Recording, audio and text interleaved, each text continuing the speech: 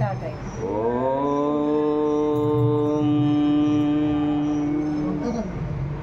ఓం దండేసేసి ఓం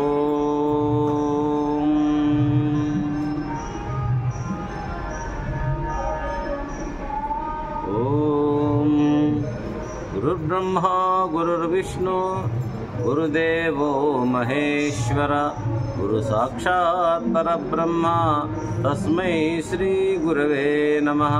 శుక్లాంబరధరం విష్ణుం శశివర్ణం చతుర్భుజం ప్రసన్నవదనం ధ్యాయేత్ సర్వవిఘ్నోపశాంతయే.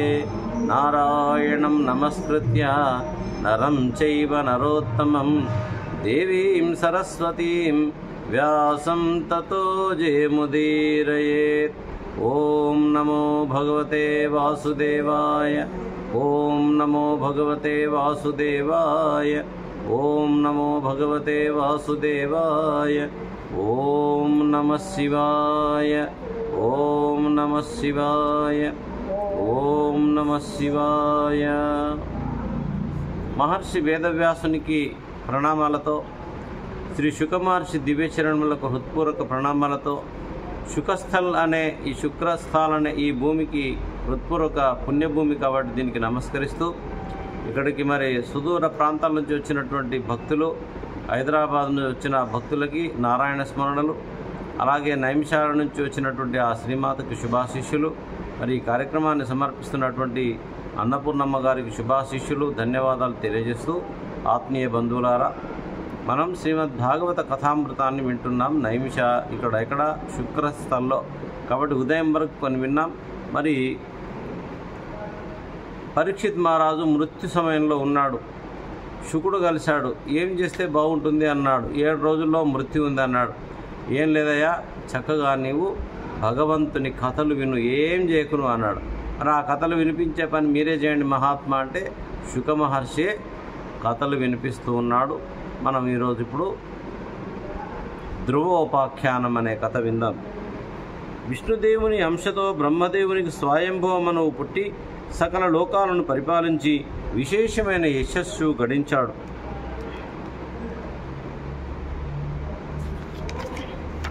ఆ స్వయంభవ మనువుకు శతరూప అనే భార్య వల్ల ప్రియవ్రతుడు ఉత్తానపాదులు అనే 2 కొడుకులు కలిగారు. వారిలో ఉత్తానపాదునికి సునీత, సురుచి అనే 2 భార్యలు. సునీతిపై రాజుకు ప్రీతి లేదు. సురుచి అంటే రాజుకు మిక్కిలి మక్కువ. సునీతి కొడుకు పేరు ధ్రువుడు, సురుచి కొడుకు పేరు ఉత్తముడు. రాజుగారికి 2 భార్యలు ఉన్నారు. ఒక ఆమె పేరు సునీత, ఒక ఆమె పేరు సురుచి. రాజుగారికి సునీతి మీద ప్రేమ లేదట, సురుచి మీదనే ఎక్కువ ప్రేమ ఉంది. కానీ ఈ సునీతి ఆమె కొడుకు పేరు ధ్రువుడు. ఒకనాడు ఉత్తానపాదుడు ఆనందంగా ఉత్తముణ్ణి తన తొడలపై కూర్చుండబెట్టుకుని ముద్దాడుతున్నాడు.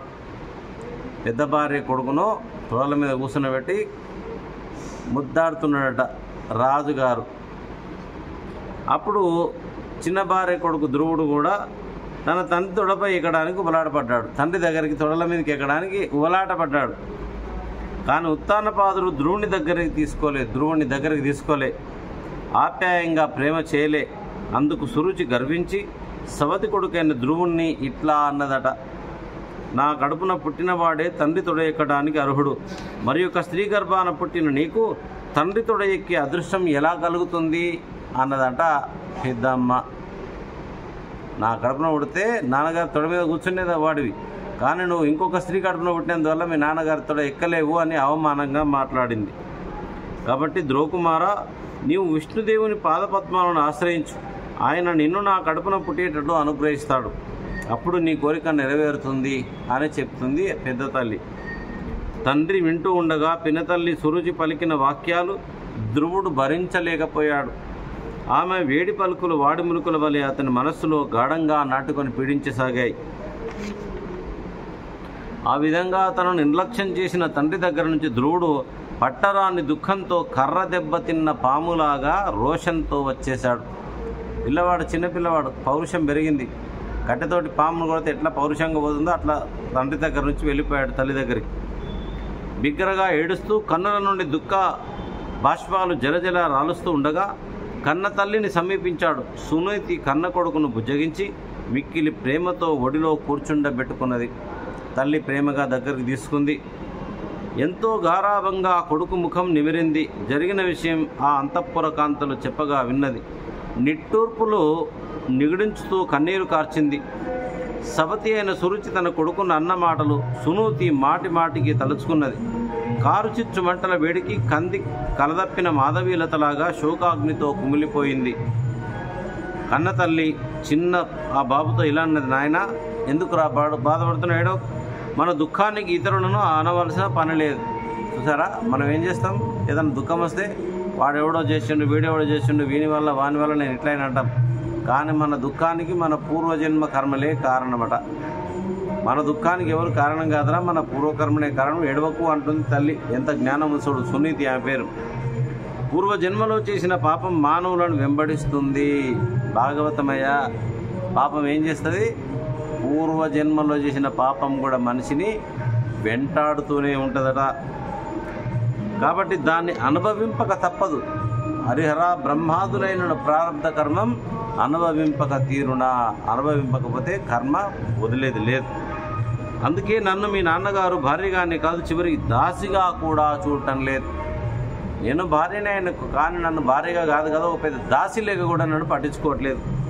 అటువంటి నిర్భాగ్యురాలైన నా కడుపున పుట్టిన కారణంగా నీకు కూడా అవమానం తప్పటం లేదు అని చెప్పేటప్పటికీ, నీ సవతి తల్లి సురుచి నీతో పలికిన పలుకులు వాస్తవమే. నిజంగా నీకు తండ్రి తొడలపై కూర్చోవాలని ఆశ ఉన్నట్లయితే అందరికీ దిక్కు అయినా ఆ శ్రీమన్నారాయణుని పాదాలను పట్టుకోపో అన్నది. చూడు ఎంత మంచి మాట చెప్పింది. సమజ్దారుకు ఇషారా కాఫీ హే. నీకు తండ్రి నాన్న గౌరవం కావాలనుకుంటున్నావు కదా, అందరికీ దిక్కు అయినటువంటి ఆ శ్రీమన్నారాయణ చరణాలను ధ్యానం చేయపోరా అన్నది. నీ పినతల్లి అయిన సురుచి ఆజ్ఞను తలదాల్చి నారాయణుని శరణు పొందు అని తల్లి మళ్ళీ ఇలా అన్నది. లోకాలను రక్షించడం కోసం శ్రీమన్నారాయణుడు సగుణ స్వరూపం గ్రహించాడు. ఆయన అవ్యక్తంగా అంతటా ఉంటాడు. కానీ శంఖము, చక్రము, గద, వనమాల ఇవన్నీ వేసుకుని ఎందుకుంటాడట? లోకాలను రక్షించడానికి సగుణ రూపాన్ని ధరిస్తాడట. నారాయణుని పాదపద్మాలను ఆరాధించి బ్రహ్మదేవుడు కూడా బ్రహ్మపదాన్ని పొందుకున్నాడు. మీ తాత అయిన స్వయంభవ మనువు భగవంతుని సర్వాంతర్యామిత్వాన్ని గుర్తించి ఏకాగ్రతతో యజ్ఞాలను చేసి ఆ దేవదేవుణ్ణి సేవించాడు.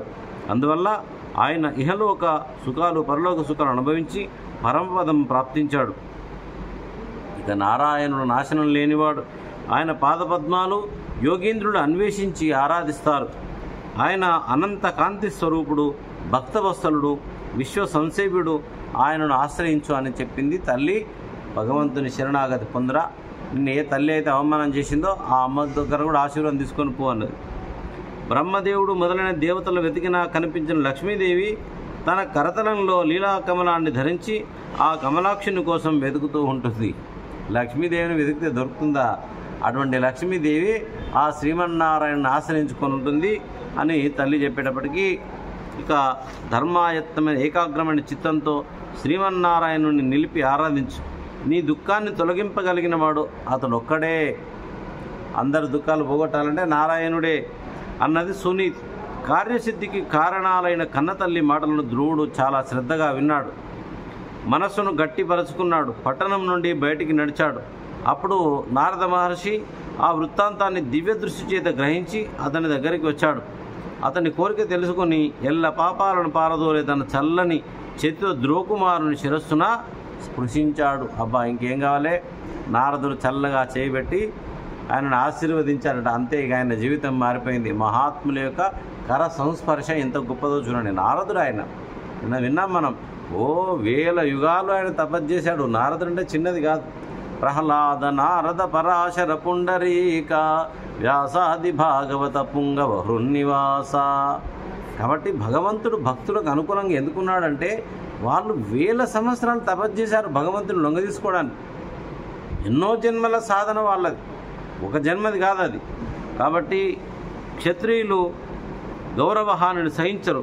వారి తేజస్సు అద్భుతమైంది కదా. ఇతడు పసివాడు అయినప్పటికీ పినతల్లి పలికిన దుర్వాక్కులు మనస్సులో ఉంచుకొని నగరం నుంచి బయటికి వెళ్ళిపోతున్నాడు. చూడండి,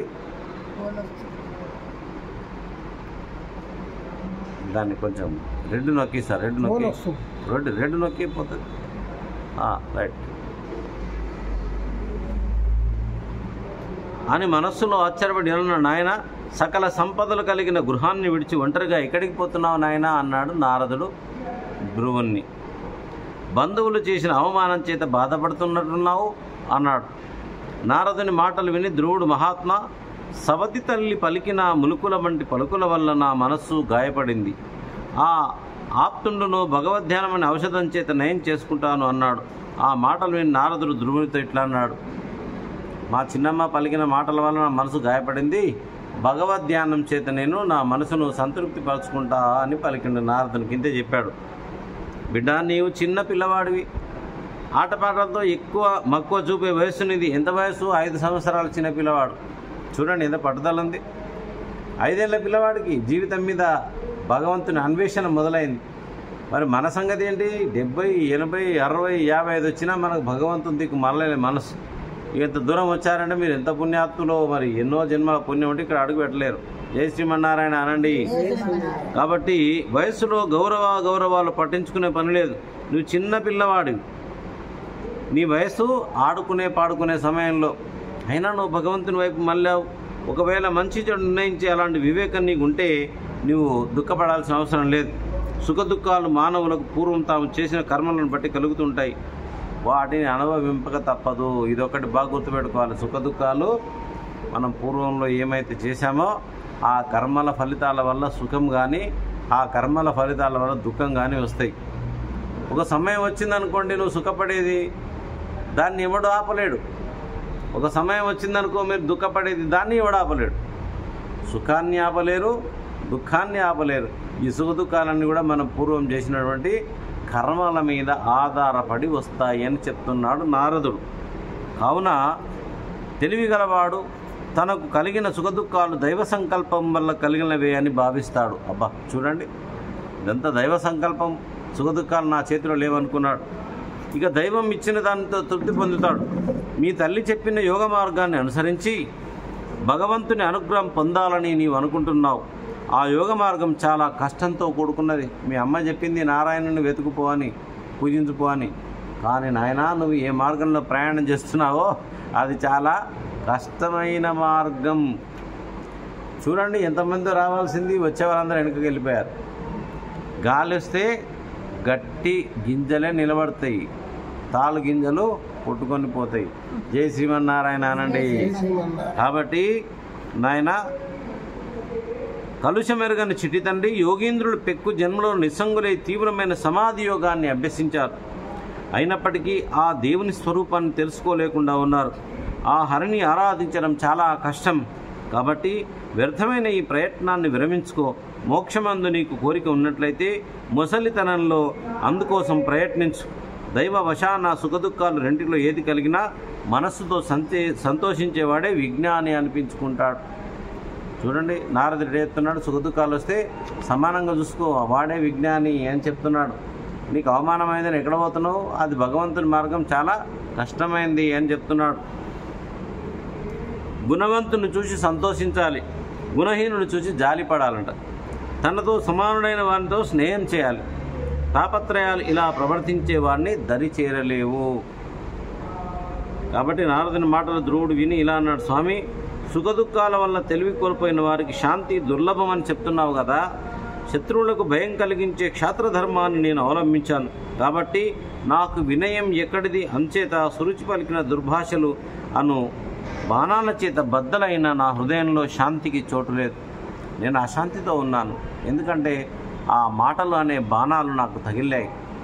ఇగో దెబ్బ కొడితే కొద్దిసేపు మంటలేస్తుందట, కానీ మాటతో కొడితే మాట అనేది ఇంకా ఎక్కువ బాధిస్తుందట. కాబట్టి నాకు శాంతి లేదు. కాబట్టి 3 లోకాలను శ్రేష్టమైనది, ఇతరులు ఎవరు పొందనిది అనే స్థానాన్ని నేను పొందాలని ఆశపడుతున్నా. అబ్బో, ఎవడూ పొందని స్థానాన్ని నేను పొందాలని ఆశపడుతున్నా అన్నాడు. చూడండి, అందుకు నాకు చక్కని ఉపాయాన్ని ఆలోచించండి. నీవు బ్రహ్మదేవుని ఊరు నుండి ఉదయించావు. నారదుడు ఎక్కడి నుంచి వచ్చాడు? నారదుడు బ్రహ్మదేవుని యొక్క తొడల నుంచి పుట్టినట. నేర్పుతో వీణను మోగిస్తూ లోకాలకు మేలు కలిగించే నిమిత్తం సూర్య భగవాను వలె సంచరించే మహానుభావుడు అయ్యా నీవు. అప్పుడు ధ్రువుని మాటలు విని నారదుని ఇలా అంటున్నాడు, కుమారా, నీవు నిర్మల హృదయుడు. చిన్నపిల్లలు ఎప్పుడు కూడా చాలా పవిత్రమైన మనసులో ఉంటారు. మనం కూడా చిన్నప్పుడు బాగుంటాం. ఎలా ఎలా ఎలా ఎలా పెరుగుతామో మనసు కొంచెం కొంచెం కల్మషాలు అయిపోతుంటాయి. కాబట్టి పిల్లలు చాలా మంచి మనసుతో ఉంటారు. ఎవరైనా నిన్ను మోక్ష మార్గాన్ని పొందడానికి ప్రేరేపించిన వాడు పురుషోత్తముడి శ్రీమన్నారాయణుడే, ఇందులో సందేహం లేదు. కాబట్టి ఏకాగ్రమైన చిత్తంతో ఆ మహానుభావుని సేవించు. ఇంత చిన్న వయసులో నీవు దేవుని గురించి వెతుకుతున్నావంటే ఈ సంకల్పం ఆ పరమాత్ముందే. వెతుకు, ప్రారంభం చేయి అన్నాడు. ధర్మ, అర్థ, కామ, మోక్షాలు అనే 4 విధాలైన పురుషార్థాలను పొందాలి అని అనుకునేవాడు శ్రీమన్నారాయణ పాదపద్మాలను సేవించాలి.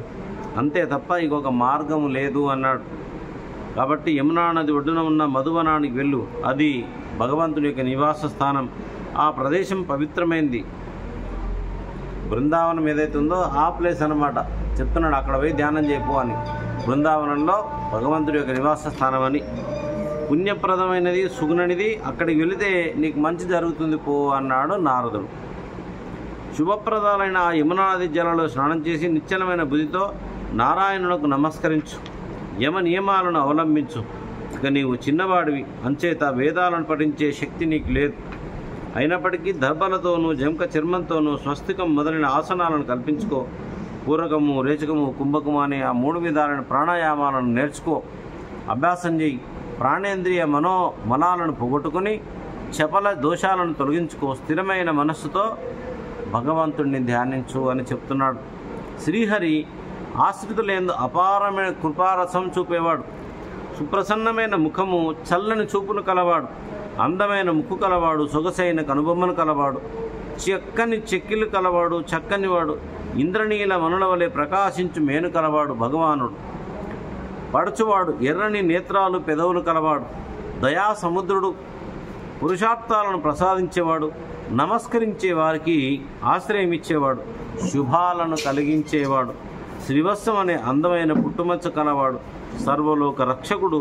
సర్వాన్ని చూసేవాడు. ఉత్తమ లక్షణాలు గల పురుషోత్తముడు. పుణ్యస్వరూపుడు. నీలమేఘ శ్యాముడు. అవ్యయుడు. ఆ హరి హారాలు, కిరీటం, భుజకీర్తులు మొదలైన అలంకారాలతో అలరాడుతూ ఉంటాడు. ఆయన కటి ప్రదేశం అందమైన ములనూలు చేత ప్రకాశిస్తూ ఉంటుంది. ఆయన చెవులకు మకర కుండలాలు ధరిస్తాడు.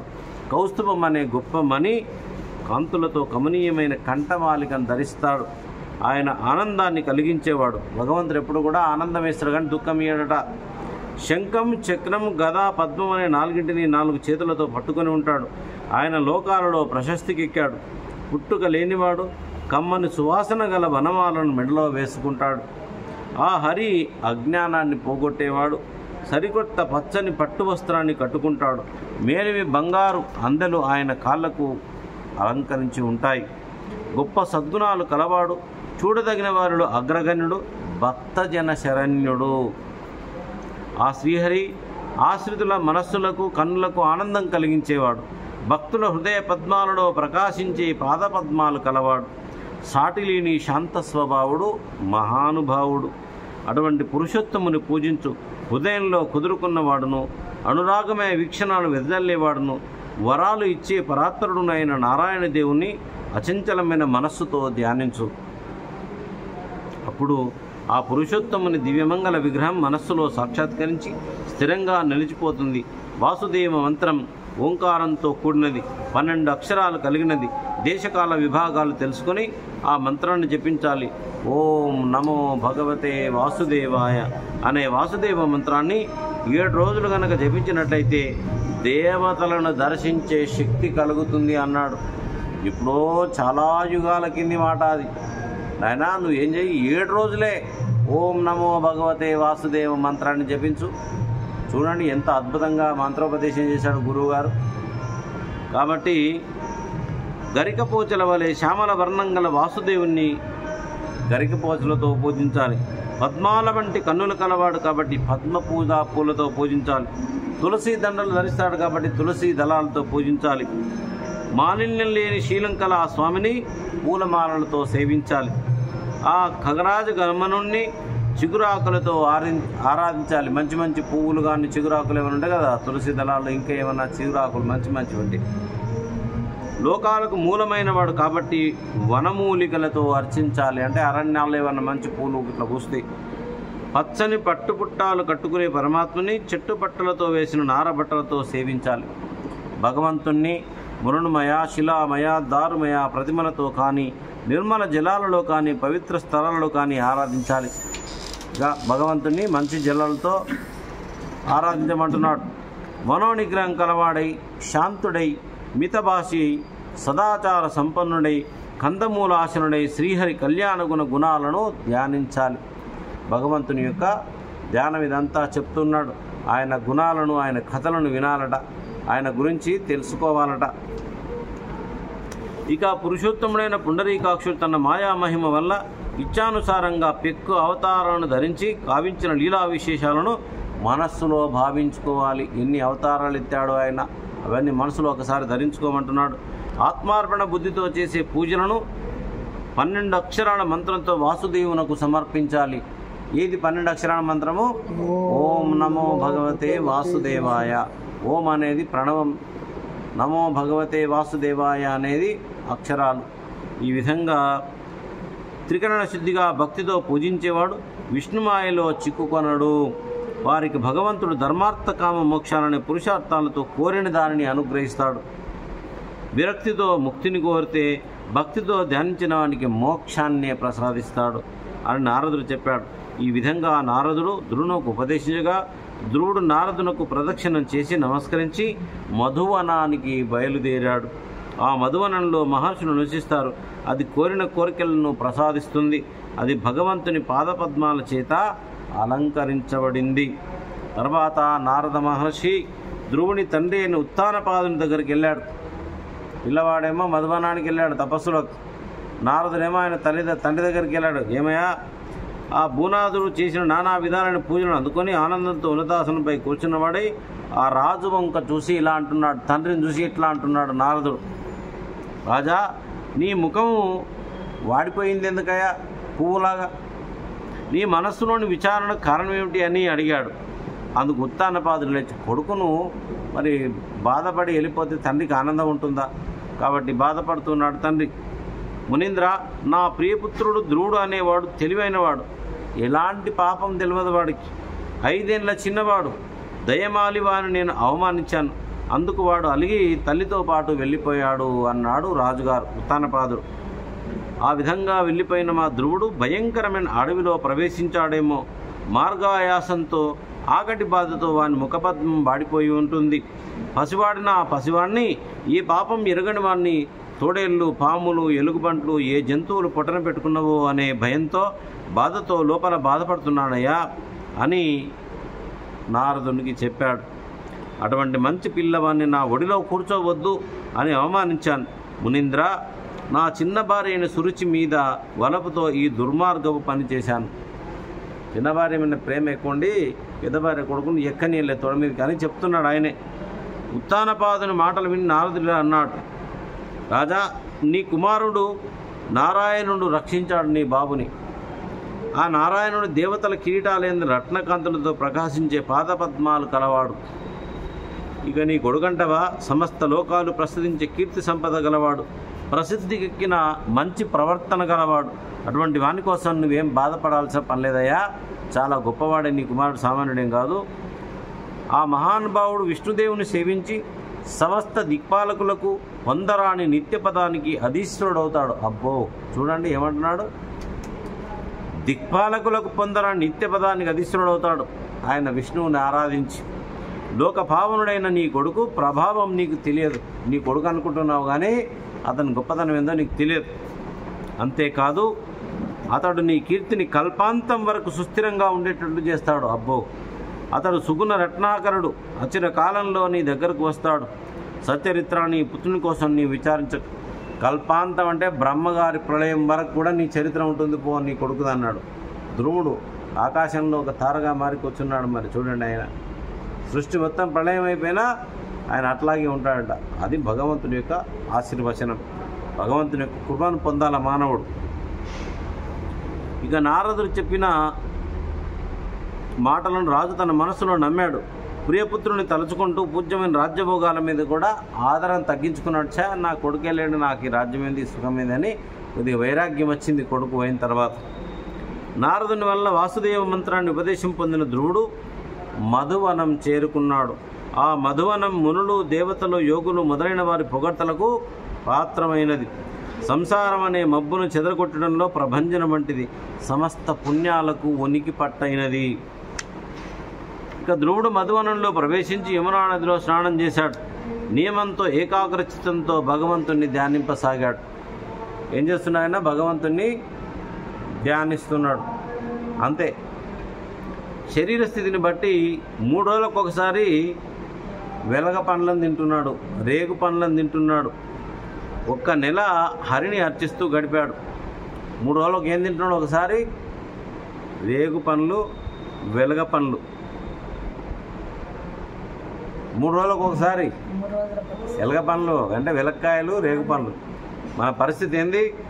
పొద్దుగాల లేస్తే టిఫిన్ కావాలి, అమ్మో కాఫీ చాయ్ కావాలి, 8 గంటలకే టిఫిన్ కావాలి, 12 గంటలకు భోజనం కావాలి, 4 గంటలకు నాస్తా, మళ్ళీ అల్పాహారం కావాలి, చాయ్ కాఫీ, మళ్ళీ 8 గంటల 9 మళ్ళీ కడుపు నిండా తినాలి, నిద్రపోవాలి. మన పరిస్థితి ఎట్లయిపోయిందంటే దేనికి తట్టుకోలేనంత దిగిపోయింది మన శరీరం కదా. మరి ఆయన చూడండి, భగవంతుడికి 3 రోజులకు ఒకసారి తింటున్నాడట రేగు పండ్లు, వెలగ పండ్లు. ఇక చూడండి స్టార్టింగ్లో ఎలా ఉంది, రాను ఎలా ఉంటుందో చూడండి ఇంకా ఆయన. కాబట్టి అల్పాసి స్వల్ప నిద్రశ్య తేజస్వి బలవాన్ భవేత్. కొంచెం తక్కువ తినేవాడు, కొద్దిగా నిద్ర తక్కువ పోయేవాడు తేజవంతుడుగా ఉంటాడు, బలవంతుడుగా ఉంటాడు. మనమే చిన్నపిల్లలకు తినిబిడ్డ తిను అని వాడిని కక్కిందాకా కుక్కుతూ ఉంటాం. జై శ్రీమన్నారాయణ అనండి. అందుకని ఇక 1 నెల ఆ విధంగా భగవంతుని అర్చన చేశాడు, ధ్యానం చేశాడు. 6 దినాలకు ఒకసారి జీర్ణతున్న పర్ణాలను తింటూ విష్ణు పూజలో 2వ నెల గడిపాడు. అమ్మో బాబోయ్, పర్ణాలు అంటే ఆకులు, ఎండిపోయిన ఆకులు తింటున్నాడు 6 రోజులకు ఒకసారి. ఏం ఆకులు తినేదో ఇక ఆయనకే తెలుసు, ఏం ఆకులు అవి తినేది. ఆకలి అయితే కానీ తెలియదు, ఆకలి విలువ మనకి ఏది తెలియదు. ఇప్పుడు బాగా ఆకలి అయితే ఏది దొరికితే తింటాడు మనిషి, అంతే. కాబట్టి జీర్ణ తృణపర్ణాలను, చినిగిపోయిన ఆకులని తింటూ ఎండిపోయినవి కూడా విష్ణు పూజలో 2వ నెల గడిపిండు. తర్వాత 9 రోజులకు ఒక్కసారి నీటిని మాత్రం తాగుతూ మాధవ సమారాధనలో 3వ నెల గడిపాడు. నీళ్ళే తాగుతున్నాడు 9 రోజులకు ఒకసారి. 9 రోజులకు ఒక్కసారి నీళ్ళు తాగుతున్నాడు 3వ నెలలో. అనంతరం 12 దినములకు ఒకసారి గాలిని పీలుస్తున్నాడు.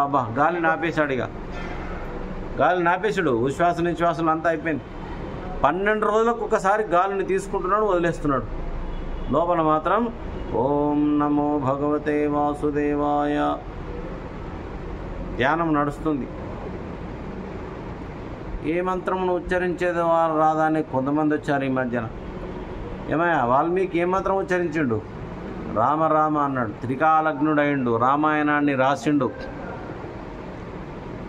మంత్రాలకు చింతకాయలు రాస్తావా అని కొంతమంది వచ్చారు ఈ మధ్యన. అరే నాయన, మంత్రాలకు చింతకాయలు కాదు బిడ్డ, మాటలు బాగాలేకపోతే దంతాలు రాలుతాయి. జై శ్రీమన్నారాయణ అనండి. ఓం నమశివాయని భక్త మార్కండేయుడు మృత్యువుని జయించాడు. మంత్రాలకు శక్తి లేదా? మహాకవి కాళిదాసు అమ్మవారి యొక్క ఆజ్ఞ మీద ఎంత గొప్ప మహాకవి అయిపోయాడు. మహర్షి వేదవ్యాసుడు భగవంతుని ధ్యానించాడు, శుకుడు భగవంతుని ధ్యానించాడు. మంత్రాలకు ఏం మహిమ లేదా? మంత్రం అంటేనే మననాతు తాయితే ఇతి మంత్ర. ఎవడు మంత్రాన్ని ధ్యానిస్తాడో ఆ మంత్రం ఒక రక్షణ కవచమై ఇతన్ని కాపాడుతుంది. కాబట్టి వాల్మీకి రామ రామ అని ఎంతసేపు చేశాడు ధ్యానం? ఆయన యుగాలు గడిచిపోయినాయండి, 1000 సంవత్సరాలు కాదమ్మా, 1,00,000 సంవత్సరాలు, 1000 సంవత్సరాలు కాదు, యుగాలు. రామ్ రామ్ రామ్ రామ్ రామ్ రామ్ రామ్. అది కొంచెం బాధ ఏమనిపిస్తుంది అంటే మన మంత్రాన్ని కించపరుస్తున్నారు చాలామంది. అది నా బాధ. ఎందుకు ఇంతగా చెప్తున్నా అంటే మంత్రాలకు శక్తి లేదా? రత్నాకరుడు దొంగతనం చేసేవాడు వాల్మీకి. రామ రామ రామ రామ అనుకుంటూ 1000 సంవత్సరాలు, 1,00,000 సంవత్సరాలు, యుగాంతరం వరకు తపస్సు చేసుకుంటూ కూర్చున్నాడు. యుగాలు యుగాలు. త్రికాలగ్నుడైండు, బ్రహ్మదేవుడు ఆయన దగ్గర నడుచుకుంటూ వచ్చిండు. నాయన, నువ్వు ఏదనుకుంటే అది శ్లోకమైపోతుంది పో అన్నాడు. ఏది మాట్లాడితే అది ఛందోబద్ధమైపోతుంది పో అన్నాడు. వాల్మీకి ఆలోచన చేసి రాసింది కాదు రామాయణం. ఏది రాస్తే అది ఛందోబద్ధమైపోతుంది. నువ్వు రచించిన రచన సూర్య చంద్రులు ఉన్నంత వరకు, నదులు గిరులు సముద్రం ఉన్నంత వరకు భూమండలం మీద ఉంటుంది పో అన్నాడు రామాయణం. అందుకని ఇవాళ ఆది కావ్యంగా నిలిచిపోయింది. రామరామ అన్నటువంటి వాడు ఆంజనేయుడు రామ్ రామ్ రామ్ రామ్ రామ్ అన్నాడు. కానీ శ్రీరామచంద్రుడి యొక్క అనుగ్రహం వల్ల ఆంజనేయుడు చిరంజీవి, భవిష్యత్ బ్రహ్మ, మృత్యువును జయించిపోయాడు ఆంజనేయుడు. ఏమైనా మంత్రాల గురించి మాట్లాడతారా మీరు? చదివినవా రామాయణం, చదివినా భాగవతం, చదివినా శివపురాణం? ఈ ముఖానికి భగవద్గీత చదవపోతే, భారతం చదవపోతే, ఏది చదవపోతే మంత్రాలను ధిక్కరించేవారు ఎక్కువైపోయారు. ధ్యానం అంటే ఇక్కడ ఏం చేస్తున్నాడైనా భగవద్ ధ్యానం చేస్తున్నాడు. ధ్యేయం అనేది ఉండాలి. భగవంతుని ధ్యానించేటప్పుడు నీ ధ్యేయం ఏంటి? నా ధ్యేయం వాసుదేవుడు, ధ్యాని. నువ్వు ధ్యానివి, చేస్తున్నవాడు ధ్యాని. ఏమ్మా ప్రయాణం చేస్తున్నవాడు ప్రయాణికుడు. దేంట్లో ప్రయాణం చేస్తున్నావు? రైలా, బస్సా, విమానమా? అది ప్రయాణం చేసే వాహనం. ధ్యాని చేస్తున్నవాడు ధ్యాని, చేస్తున్నది ధ్యానం. ధ్యేయం ఏంటి? నీ గమ్యం ఏమిటి అని అడుగుతుంది శాస్త్రం. నా గమ్యం వాసుదేవుడు. ఎలా ఉంటాడు వాసుదేవుడు? నివసత్ సర్వభూతాన్ని. నా వాసుదేవుడు సమస్త ప్రాణులలో ఆత్మరూపంలో ఉంటాడు నా దేవుడు. నీ దేవుడికి ఒక మతం ఉంటుంది. నీ దేవుడు ఇతర మతాలను చంపమంటాడు. నీ దేవుడు బిచ్చగాళ్ళలాగా తిరగమంటాడు రోడ్ల మీద, రండి మా మతంలో. నా దేవుడు అట్లాగా సర్వాంతర్యామి. ఏమ్మా అఖిల భూతముల యందు ఆత్మరూపంలో ఉంటాడు. ఆయనకు కులం, మతం, జాతి భేదం లేదు. హిందూ మతం అంత గొప్పదండి. కాబట్టి కళ్ళు మూసుకొని ధ్యానిస్తే చాలా ఆయన ఆ పని చేస్తున్నాడు. మన భక్త ధ్రువుడు 3వ నెలలో 12 రోజులకు ఒకసారి గాలి తీసుకుంటున్నాడు. మనం 3 పూటల తిండి తినుకుంటా పొద్దున్న లేచి రామరామ అనడానికి కడుపులో వస్తుంది మనకి. జై శ్రీరామ్ అనండి. పొద్దున్న లేచి భగవత్ చింతన చేయాలి. ఎందుకు చేయాలి? నిన్న చెప్పిన రోజు చెప్తూనే ఉంటానండి. దుఃఖాలయం, ఈ ప్రపంచం దుఃఖానికి నిలయం అండి. ఇంకా ఎన్ని మంచి మంచి పద్యాలు వస్తాయో చూడండి. ఇక రేపటి నుంచి చూడండి. భాగవతం అంటేనే అమృతం. ఇది అమృతం, ఇది భాగవతం కాదు, అమృతం. కాబట్టి మనకు ఈ భాగవతంలో ఇక్కడ ఒక చిన్న విరామం ఎందుకు ఇస్తున్నా అంటే, కృష్ణ భగవానుడు అవతారాన్ని పరిసమాప్తి చేసి పోయే ముందు ఉద్ధవుడు అనే ఒక గొప్ప భక్తుని పిలుస్తాడు. ఉద్ధవా, నువ్వు చాలా పుణ్యాత్ముడివి, మంచి భక్తుడివి. ఈ లోకంలో భక్తి, జ్ఞాన, వైరాగ్యాలు ఉండాలంటే నీలాంటి వాడు ఉండాలి. నా అవతార పరిసమాప్తి వస్తుంది, ఈ ద్వారకా నగరం మునిగిపోతుంది. ఇవన్నీ భాగవతంలో ఉన్నాయి. ఈ ద్వారకా నగరం మునిగిపోతుంది, నువ్వు ఇక్కడి నుంచి వెళ్ళు, దూరం పోయి ఎక్కడన్నా పో. నేను పోతున్నాను, ఎలాగో నా అవతారం ముగిస్తున్నాడు. నా భక్తుడు విదురుణ్ణి అడిగినట్టు చెప్పు, నా భక్తుడు మైత్రేయునికి జ్ఞానం అడిగినట్టు చెప్పు అని అన్ని విధాలను నేను అడిగి చెప్తే, విదురుడు వీళ్ళందరినీ అడిగిన తర్వాత ఉద్ధవుడు ఏడుస్తాడు.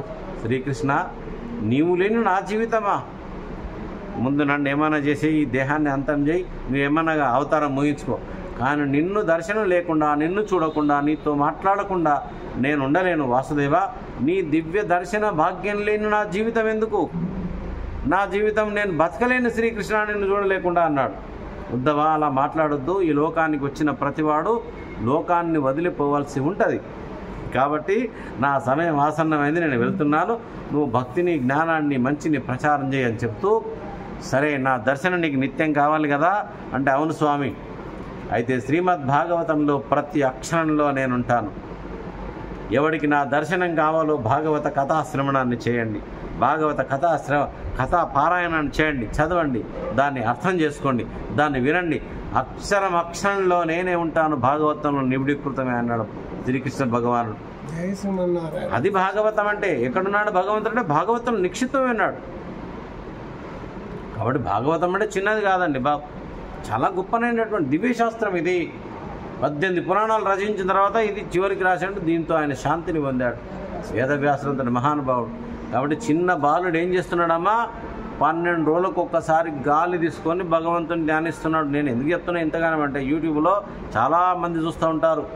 మనం ఛాయ్ తాగుతున్నాం, కాఫీ తాగుతున్నాం, టిఫిన్లు తింటున్నాం, భోజనం చేస్తున్నాం, చికెన్ తింటున్నాం, బిర్యానీ తింటున్నాం. సాయంత్రం అయితే మందు కొట్టే వాళ్ళ పరిస్థితే వేరు. అయ్యా, మీరు ఎన్నన్నా చేయండి, పొద్దున్న లేచి భగవంతుని ధ్యానిద్దాం కొన్ని నిమిషాలు. ఈ జీవితం అశాశ్వతము, ఈ ధనం అశాశ్వతము.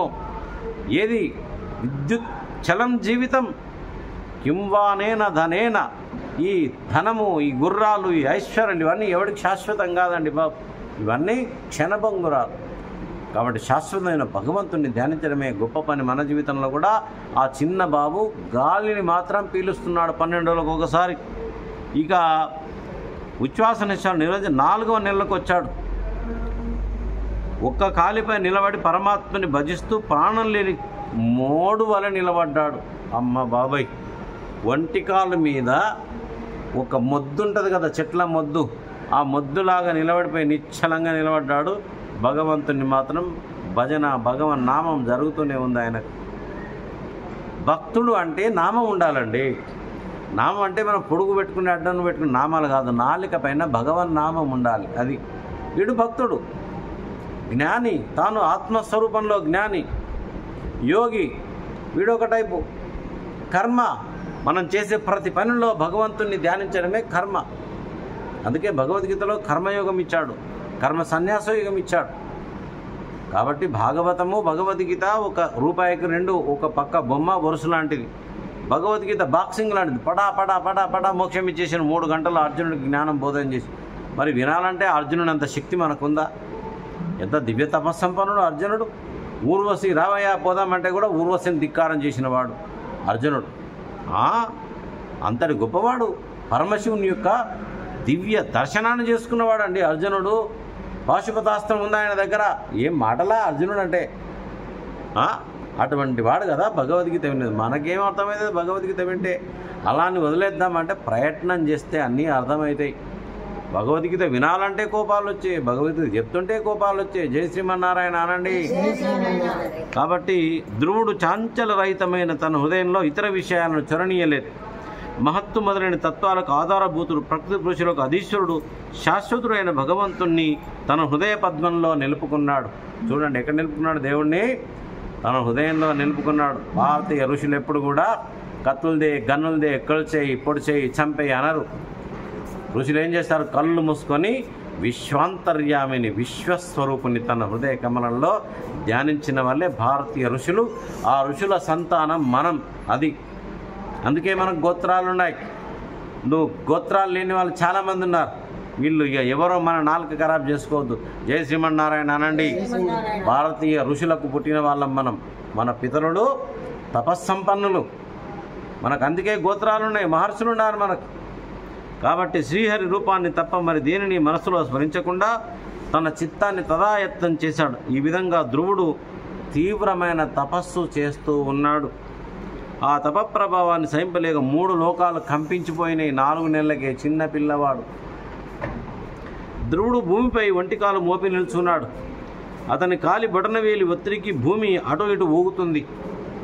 మదపటేను కుడి ఎడమలు ఒదిగినప్పుడు అడుగడుగునా కంపించే పడవలాగా సగం భూమి వంగిపోతుందంట. భూమి ఆయన ఒక్క కాలు మీద నిలబడితే. ఆయన తపశ్శక్తికి చిన్న పిల్లవాడు, 5 ఏళ్ళ పిల్లవాడు, 20 కిలోలు కూడా ఉన్నాడో లేడో తెలియదు. కానీ ఆయన తపశ్శక్తి, తపస్సు, భక్తికి, ఆయన తపస్సు యొక్క భారానికి భూమి వంగిపోతుందట. ధ్రువుడు ఏకాగ్ర దృష్టితో చరాచర విశ్వానికి అధీశ్వరుడైన భగవంతుణ్ణి ధ్యానించాడు. తదేక చిత్తంతో తన ప్రాణవాయువును నిరోధించి పరమేశ్వరునితో అనుసంధానం చేసుకున్నాడు. ఈ విధంగా శ్వాసను నిరోధించడం వల్ల శ్రీహరి కంపించాడు. ఆయన కంపించగానే అఖిల లోకాలు ప్రకంపించాయి. గాలి నిలిపేస్తే భగవంతుడికే ఉక్కిరి బిక్కిరి అవుతుందట లోపల. ఇక భగవంతుడు అనుకున్నాడు ఇన్ని తపస్సాపివేయాలని. చూడ్డానికి భయంకరమైన లోకాలకు సంభవించిన మహా విపద్దశను ఆలోకించి అష్టదిక్పాలకులు మొదలైన లోకపాలకు అందరూ లోకరక్షకుడైన పుండరీకాక్షుని శరణు పొందారు. ఈ విధంగా దేవతలందరూ నారాయణునికి నమస్కరించి చేతులు మోడ్చి ఇలా అంటున్నారు: ఓ శ్రీమన్నారాయణ పరమాత్మ, నీవు సర్వ ప్రాణి శరీరాల్లో అంతర్యామిగా ఉండే స్వామి. ఇది భాగవతం. సర్వ ప్రాణి అన్నాడా, లేకపోతే ఒక కులం అన్నాడా, ఒక మతం అన్నాడా? సర్వప్రాణి. విద్యా వినయ సంపన్నే భగవద్గీతలో వస్తుంది. బ్రాహ్మణే గవిహస్తిని శునిచైవ శ్వపాకే చ పండితా సమదర్శినః. పండితుడు వాడే. ప్రతి ప్రాణిలో భగవంతుని వీక్షించిన వాడే పండితుడు. విద్యా వినయ సంపన్నుడైన బ్రాహ్మణులలో ఏ ఆత్మ ఉందో, కుక్క మాంసం తినే చండాలుడు, గోవు, ఏనుగులో అదే ఆత్మ ఉన్నది అని తెలుసుకున్నవాడే నిజమైన పండితుడు. సర్వాంతర్యామి. కాబట్టి ఇక్కడ చెప్తున్నాడు, కాబట్టి పూర్వం ఎప్పుడు ఈ విధంగా మాకు ప్రాణ నిరోధం ప్రాప్తించలేదు, ఊపిరాడక ఉక్కిరి బిక్కిరవుతున్నాము. మహర్షులందరూ వెళ్ళారు దేవతల విష్ణువు దగ్గరికి. ఓ శ్రీహరి, కేశవ, జగత్ ఈశ్వర, సర్వశరణ్య, నీ చరణ కమలాలను శరణు పొందుతున్నాము, ఆపదను తొలగించి కాపాడు ప్రభువు అన్నారు. దేవతల విన్నపం విన్న నారాయణుడు వారిని ఇలా ఓదార్చాడు. ఉత్తానపాదుని కొడుకు ధ్రువుడు అనేవాడు విశ్వస్వరూపుడై నా యందు తన మనస్సును సంధానపరిచి తపస్సు చేస్తున్నాడు. అందువల్ల మీకు ప్రాణ నిరోధం కలిగింది. తపస్సు నుండి ఆ బాలుని విరమింపజేస్తాను, భయపడకండి, మీరు మీ ఇండ్లకు వెళ్ళండి అన్నాడు శ్రీమన్నారాయణుడు. ఇలా పలుకుతున్న శ్రీహరి ఆనతిని శిరసావహించి భయం తొలగి దేవతలు వాసుదేవునికి నమస్కరించి తమ లోకానికి బయలుదేరి వెళ్ళిపోయారు దేవతలందరూ. ఆ తర్వాత భగవంతుడైన శ్రీహరి గరుత్మంతుని అధిరోహించి తన భక్తుడైన ధ్రువుణ్ణి అవలోకించే ఉత్సాహంతో మధువనానికి వచ్చాడట శ్రీమన్నారాయణుడు. అప్పుడు ధ్రువుడు ధ్రువమైన భక్తి యోగంతో నిశ్చలమైన బుద్ధితో తన మనసులో ప్రకాశిస్తున్న శ్రీహరిని చూస్తూ ఉండటం చేత బయట ఉన్న శ్రీహరిని చూడలేకపోయాడు.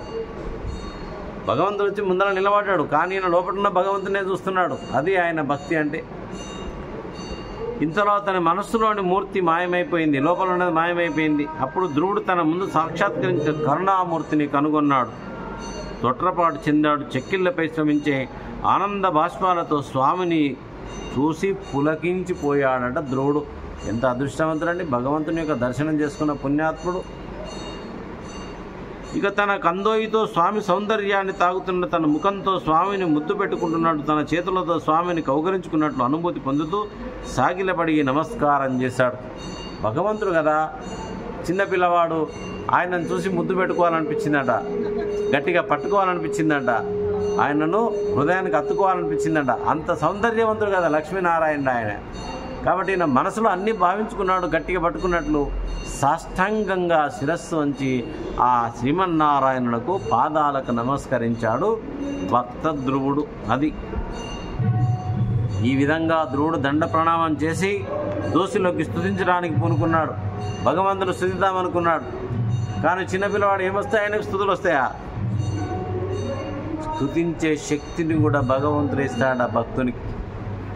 మనం కూడా చిన్నపిల్లలు లాంటి వాళ్ళ, మనం స్తుతించడం రాదు, కానీ మన భక్తి అలాగే ఉంటే కొంతకాలానికి అతన్ని ఎలా స్తుతించాలో ఆయనే మనకు నేర్పుతాడట. భక్తి ఉంటే చాలు.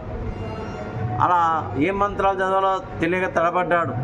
సర్వాంతర్యామైన భగవంతుడు ధ్రువుని తలపు గ్రహించి వేదమయమైన తన చేతి పాంచజన్య శంఖంతో ఆ బాలుని చెక్కిలి స్పృశించాడు.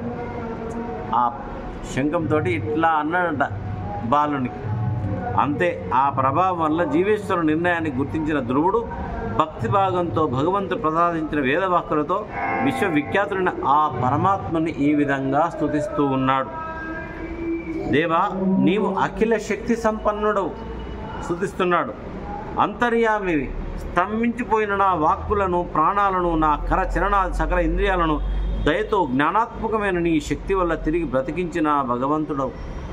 నీవు పరమ పురుషుడమైన నీకు నమస్కారం. నీవు ఒక్కడవే అయినప్పటికీ నీ మాయాశక్తి చేత ఈ సమస్త లోకాన్ని సృజిస్తావు. చూసారా, తానొక్కడే లోకాలన్నీ సృజిస్తాడు. ఇంద్రియములలో నివసిస్తావు. అగ్ని ఒక్కడే అయినప్పటికీ పెక్కు దారువులలో ప్రకాశించినట్టు నీవు ఆయా దేవతా రూపాలలో ప్రవేశించి ప్రకాశిస్తూ ఉంటావు. సర్వదేవతలలో ఉండేది నీవేనయ్యా అనే జ్ఞానం ఇచ్చాడు. చూడండి భగవంతుడు. ఇట్లా చెంప నిమిరితే చాలు దివ్యవాక్కులు, వేదవాక్కులు పలుకుతున్నాడు ఆయన.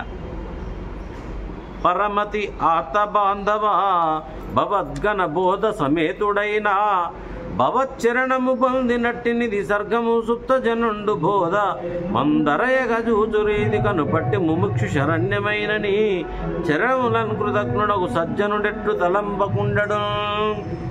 ఏ దీనబంధు, నిద్ర నుండి మేల్కొన్నవాడు మళ్ళీ ప్రపంచాన్ని చూస్తాడు కదా. నిద్రలో ఏం గుర్తుంటుంది? ఏముండదు. అలాగే బ్రహ్మదేవుడు కూడా నిన్ను శరణు పొంది నీవు ప్రసాదించిన జ్ఞానం చేత ఈ సమస్త ప్రపంచాన్ని సందర్శిస్తున్నాడు. మోక్షం కోరేవారికి చరణాలైన నీ చరణాలను కృతజ్ఞుడైన సజ్జనుని ఎలా మర్చిపోతాడు?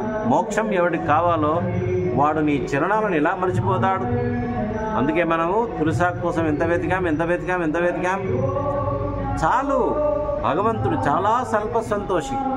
ఒక్క తులసి దళం పెడితే చాలు. 3 లోకములో తిరుగులేని పుణ్యాన్ని పొందుతావయ్యా అన్నాడు భద్రాచల రామదాసు. చిరుతర భక్తిని ఒక్క తులసీదళమర్పణ చేయవాడు. అంత విలువైంది భగవంతుని భక్తి. కాబట్టి మహానుభావ, దేవదేవ, ఈశ్వర, మాధవ, ముకుంద, జన్మ మరణాలను తొలగించి నీవు ప్రాణులను రక్షిస్తావు. తమ కోరికలు నెరవేరడం కోసం నిన్ను సేవించేవాడు నీ మాయ చేత మోసగింపబడిన వారే. భక్తజన కల్పవృక్షమైన నిన్ను దైకాలైన ఐక సుఖాల కోసం కొందరు సేవిస్తారు. ఏదో కోరికలు కోరుతుంటారు, వాస్తవానికి వాళ్ళు మోసానికి గురైపోయిన వాళ్ళట వాళ్ళంతా. నీవు కల్పవృక్షానివి, నువ్వు ఏరుకోదుకు కోరుకుంటే అది ఇస్తావు. నిన్ను కోరికలు కోరడం ఏంటి? నీకు నమస్కరించడమే కల్పవృక్షానికి నమస్కరించడం. చూడండి, నువ్వు ఏదంటే అది ఇచ్చేవాడు, నిన్నొక్క కోరిక కోరుకోవడం ఏమిటి అంటున్నాడు. విషయ సంబంధమైన సుఖం నరకంలో కూడా లభిస్తుంది. నరకంలో కూడా కొన్ని సుఖాలు ఉంటాయట. ఔదార్యం మొదలైన సుగుణాలతో కూడిన కథా సుధాపూరం అపారమైన సంసార తాపాలను నివారిస్తుంది. కానీ ఈ భగవంతుని యొక్క కథ అనే అమృతం ఎప్పుడైతే మన చెవుల పడుతుందో అది సంసారంలో ఉండే తాపాలన్నింటిని కూడా పోగొడుతుందట. పద్మనాభ, నీవు సాధుజన చింతామణివి. చింతామణి అంటే కోరిన కోరికలు తీరుస్తుంది. నీ పాద సంస్మరణ వల్ల అనురాగ సుధలు చిందే నీ కథలను వినడం వల్ల ప్రాప్తించే పరమసుఖం స్వాత్మానుసంబోధమైన మోక్షంలో కూడా లభించదట. ఇక దండధరుని కాలదండం చేత విరిగిపడే విమానాలను కూలుతున్న వేరుపుల మాట వేరే చెప్పడం దేనికి? సామాన్య దేవుల గురించి ఏం చెప్పమంటావు? నీ పాదాల మీద మనసు పెడితే మోక్షం కూడా మనకి రాదట వర్ణిస్తున్నాడు. శ్రీహరి, నిర్మలాత్ములైన నీ సేవ యందు ఆసక్తులైన భక్తులతో నాకు మైత్రిని చేకూర్చు. ఆ సత్పురుషుల సాంగత్యం చేత నీ కథాసుధారసాన్ని మనసార గ్రోలి దుఃఖాలతో నిన్ను సంసార సాగరాన్ని సులభంగా తరిస్తాను. భద్రాచల రామదాస్. దురదమి కథామృతము దురదమి పద కంజతో యమును దుర్రద దుర్రగ రుచుల్ కను వారి పదంబు కూర్పవే దురద రామనామమున బొబ్బిలుచున్న సుధారసంబునే దుర్రద దుర్రగ రుచుల్ కను వారి పదంబు కూర్పవే తరులతోడి పొత్తిడిక దాశరథి కరుణాపయోనిధి. రామదాస్ ఏమంటున్నాడు? ఓ రామా, నీ నామమనే అమృతాన్ని తాగుతాను, నీ కథారసామృతాన్ని తాగుతాను. నా మీద దయ ఉంచి నువ్వేం చేయంటే రామా, తరులతోటి పొత్తుడక. తరులు అంటే వెర్రివాళ్ళు, మూర్ఖులు, అజ్ఞానులు. మూర్ఖులతోటి నాకు సాంగత్యాన్ని కలగనే. నాకు నీ దయ ఉంటే ఏం చేయి? మంచి మంచి భక్తులతో నాకు అనుబంధాన్ని పెంచు, అంతే. చూడండి ఎంత మంచి కోరిక కోరుకున్నాయా. ఇక్కడ ప్రహ్లాదుడు కూడా నీ భక్తుల యొక్క సాంగత్యాన్ని నాకు ఇవ్వయ్యా చాలంటున్నాడు. కాబట్టి ఆ సంసార సాగరాన్ని సులభంగా దాటుతాం భక్తుల యొక్క సాంగత్యంలో ఉంటాయని చెప్తున్నాడు. మాధవ, ముకుంద, రమా మనోహర, విశ్వతోముఖ, నీ పాదపద్మాల సుగంధాన్ని అనుభవించిన వారు మరణశీలమైన శరీరాన్ని కూడా లెక్క చేయరు. కాబట్టి భార్య, పుత్రులను, మిత్రులను, భవనాలను, బంధువులను మర్చిపోతారు. అన్నీ ఆయన మనస్సు పెడితే చాలా ఆయన పాదాల మీద. పరమాత్మ మానవులు, దేవతలు, మృగాలు, రాక్షసులు, పాములు, పక్షులు మొదలైనవి పలు విధాల ప్రాణులతో నిండిన ప్రకృతి పురుషులతో కూడి మహదాదులకు కారణమైన నీ స్థూల రూపాన్ని నేను ఎరుగుదును. కానీ నిత్య కళ్యాణము, నిరంతర మహత్ ఐశ్వర్య సంపన్నమై శబ్ద వ్యాపారానికి గోచరం కాని నీ పరబ్రహ్మ స్వరూపాన్ని మాత్రం నేను ఎరగను అంటున్నాడు. శ్రీమన్నారాయణ, నీ గురించి ఏదో కొంచెం తెలుసు నాకు, కానీ అఖిలాండ కోటి బ్రహ్మాండ నాయక, సర్వాంతర్యామి, అవ్యక్త రూపంలో ఉన్న నిన్ను తెలుసుకోవడం సాధ్యం కాదు నాకు. కాబట్టి బ్రహ్మాదులకు తెలియలేదు ఆయన. ఈ చిన్న బాబుకి ఏం తెలుస్తాడు? పరబ్రహ్మ స్వరూపం అది నాకు తెలియదయా అని ఒప్పుకుంటున్నాడు చిన్న బాబు అయినప్పటికీ కూడా. ఓ రాజీవనేత్ర, రమాకళత్ర, నీవు నిర్మలాకారుడవు, భవభయ దూరుడవు. భవం అంటే సంసారం, సంసారం నుండి భయాలన్నీ పోగొట్టేవాడివి. మునిజన సంస్థనీయుడవు, పరమ భాగ్య ధౌరేయుడవు. సర్వేశ్వర, నీవు కల్పాంత కాలంలో సర్వ ప్రపంచాన్ని నీలో విలీనం చేసుకుంటావు. ఆదిశేషి తల్పం మీద పైన శయనిస్తావు, యోగ నిద్ర పొందుతావు. అప్పుడు నీవు నాభి అనే సముద్రంలో నుండి ఉద్భవించిన హిరణ్మయమైన తామర పువ్వుల నుండి చతుర్ముఖ బ్రహ్మను పుట్టిస్తావు. బ్రహ్మదేవుడిని నీ నాభి కమలం నుంచి పుట్టిస్తావు. మళ్ళీ పునః సృష్టిలో అటువంటి తేజోమయమైన నీ పరబ్రహ్మ స్వరూపానికి నిశ్చల నియమంతో నమస్కారం చేస్తున్నాను అన్నాడు. ఆ విధంగా యోగ నిద్రలో మైమరచి ఉన్నప్పటికీ నీవు జీవుల కంటే మిక్కిలి విలక్షణంగా ఉంటావు. అవస్థాభేదాన్ని పొందిన బుద్ధితో చెక్కుచెదరిన దృష్టితో జగత్తును రక్షించడానికి విష్ణు రూపాన్ని గైకొంటావు. నీవు నిత్య ముక్తుడవు, పరిశుద్ధుడవు, సర్వజ్ఞుడవు, ఆత్మవు, కూటస్థుడవు, ఆది పురుషుడవు, భగవంతుడవు. 3 గుణాలకు అధిపతివి. గుణాలేంటివి? సత్వగుణం, రజోగుణము, తమోగుణం. ఈ 3 గుణాలకు నీవు అధీశ్వరునివి. జీవుడు భాగ్యహీనుడు, అతని యందు నీ గుణములు ఉండవు. ఏ సర్వేశ్వరుని యందైతే విరుద్ధ గమనం కలిగి వివిధ శక్తులతో కూడిన అవిద్యాదులు ఒకదాని వెంట ఒకటి విలీనం అవుతుంటాయో అటువంటి జగత్ కారణము, అద్వితీయము, అనంతము, ఆద్యము, ఆనందమాత్రం, అవికారమైన పరబ్రహ్మవు నీవు. నీకు మళ్ళీ మళ్ళీ నమస్కారం దేవా. నిష్కాములైన నిన్నే సర్వతోముఖ ఫలంగా భావిస్తారు. వారికి రాజ్యం మొదలైన వాంఛలతో పరమార్థమైన ఫలం సర్వాంతర్యామి అయిన నీ పవిత్ర పాదసేవనమే. ఇది నిశ్చయం అయినప్పటికీ ఆవు తన దూడకు పాలిస్తూ తోడేళ్లు మొదలగు క్రూర మృగాల బారిని రక్షించే విధంగా సకాములైన వారి కోరికలు తీరుస్తూనే భక్తుల యొక్క సంసార భయాలను పోగొట్టేవాడివి నీవేనయా అంటూ ఉన్నాడు. ఈ విధంగా సత్సంకల్పుడు సుజ్ఞాని అయిన ధ్రువుడు శ్రీహరిని స్తుతించాడు. అప్పుడు మృత్యులపైన అత్యంత ప్రేమగల భగవంతుడు మనస్సులో సంతోషించి ఇలా అన్నాడు: కుమారా, ధ్రువ, నీ దీక్ష అచంచలమైనది. నీ మనస్సులో అభిప్రాయాలను నేను గ్రహించాను.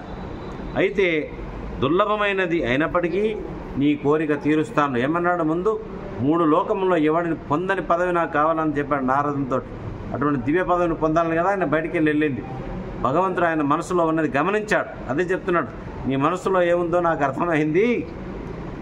ఇక కట్టుకొయ్య చుట్టూ పశువుల మంద తిరిగినట్లుగా గ్రహాలు, నక్షత్రాలు, తారాగణాలు, జ్యోతిష్కరము, నక్షత్ర స్వరూపాలని ధర్ముడు, అగ్ని, కశ్యపుడు, శుక్రుడు, సప్తర్షులు, తారకులతో కూడి దేనికి ప్రదక్షిణం చేస్తుంటారో అటువంటి ధ్రువక్షితి అనే మహోన్నత స్థానాన్ని ఇక పైన 66,000 సంవత్సరాల అనంతరం నీవు పొందుతావు. జై శ్రీమన్నారాయణ. సమస్త మహర్షులందరూ ఏ గ్రహానికి చుట్టూ తిరుగుతూ ఉంటారో ప్రదక్షిణ విధంగా అటువంటి గ్రహస్థితికి నువ్వు చేరుకుంటావు 66,000 సంవత్సరాల తర్వాత. అప్పటి వరకు నువ్వు ఈ లోకంలో రాజ్యం వెళ్తూ ఉంటావు, సుఖపడతావు అన్నాడు. అది ఎవరికి అందరానిది కాబట్టి దాన్ని ఎవరు ఇప్పటి వరకు పొందలేదు. 3 లోకాలు నశించేటప్పుడు కూడా అది నశింపగా ప్రకాశిస్తూ ఉంటుంది. అదమ్మా భక్త ధ్రువుని కథ. కాబట్టి అంతవరకు నీ తండ్రి రాజ్యాన్ని నీవు సర్వజన రజకంగా పరిపాలించి ధర్మ మార్గంలో నడిపిస్తావు, ఇంద్రియాలను జయిస్తావు. నీ తండ్రి అడవికి పోయి వానప్రస్థాస్త్రం స్వీకరిస్తాడు. నీ తమ్ముడైన ఉత్తముడు వేటకై అడవికి వెళ్ళి మరణిస్తాడు. అతనిని వెతుకుతూ అతని అందే మనసు చేసిన తల్లి అరణ్యంలో ప్రవేశిస్తుంది. ఆమె అడవిలో కార్చిత్తులో పడి కాలిపోతుంది. అనేటప్పటికీ పుణ్యపురుష, నీవు యజ్ఞపురుషుడమైన నన్ను సంపూర్ణ దక్షిణతో కూడిన యజ్ఞాల చేత ఆరాధిస్తావు. ఈ లోకంలోని అనంత సౌఖ్యాలను అనుభవిస్తావు. మరణకాలంలో నన్ను మనస్సులో స్మరిస్తూ సకల లోకాలకు వందనీయమై పునరావృత్తి రహితమై సప్తర్షి మండలానికి పైన ఉండే నా స్థానాన్ని పొందుతావు. అబ్బా చూడండి, సప్తర్షి మండలము కంటే కూడా పైన ఉండే నా స్థానాన్ని పొందుతావు అంటున్నాడు. భగవంతుడు ధ్రువుడు కోరిన కోరికలను ప్రసాదించి అతడు చూస్తూ ఉండగానే గరుత్మంతుని ఆరోహించి ఆనందంగా తన పట్టణమైన వైకుంఠానికి శ్రీమన్నారాయణుడు వెళ్ళిపోయాడు. గోపాలకృష్ణ మహారాజ్కి. ఆ విధంగా భక్త ధ్రువుడు తన జీవితాన్ని భగవంతుని యొక్క దర్శనం చేత ధన్యం చేసుకొని నగరానికి వచ్చేటప్పటికీ తండ్రి వచ్చి ఎదురేగాడు. అతని తమ్ముడు పరలోక పాలైపోయాడు, తల్లి అరణ్యాల పాలైపోయింది. ఇక రాజ్యపాలన బాధ్యత అంతా కూడా ధ్రువుని మీద పడ్డది. అనేక వేల సంవత్సరాలు ఈ కాలంలో ఆయన రాజ్యాన్ని పరిపాలించి చక్కగా మంచి పేరు పొంది చివరికి మృత్యువు యొక్క శిరస్సు పైన కాలు పెట్టి మృత్యువుని జయించి ధ్రువలోకంలోకి వెళ్ళిపోయినాడు. చూడండి, సుస్థిర స్థారగా ధ్రువలోకంలోకి స్థారగా మారాడు.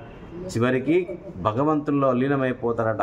అటువంటి పుణ్యాత్మ ఆ భక్తధ్రువుని కథ మనం విన్నాం. గోవింద జయ గోపాల, గోవింద జయ గోపాల, దేవదేవ గోపాల, దేవదేవ గోపాల, దేవ దేవకి నందన గోవింద మురళి మనోహర గోపాల మురళి మనోహర ముని జన సేవిత గోవింద రాధాలోలా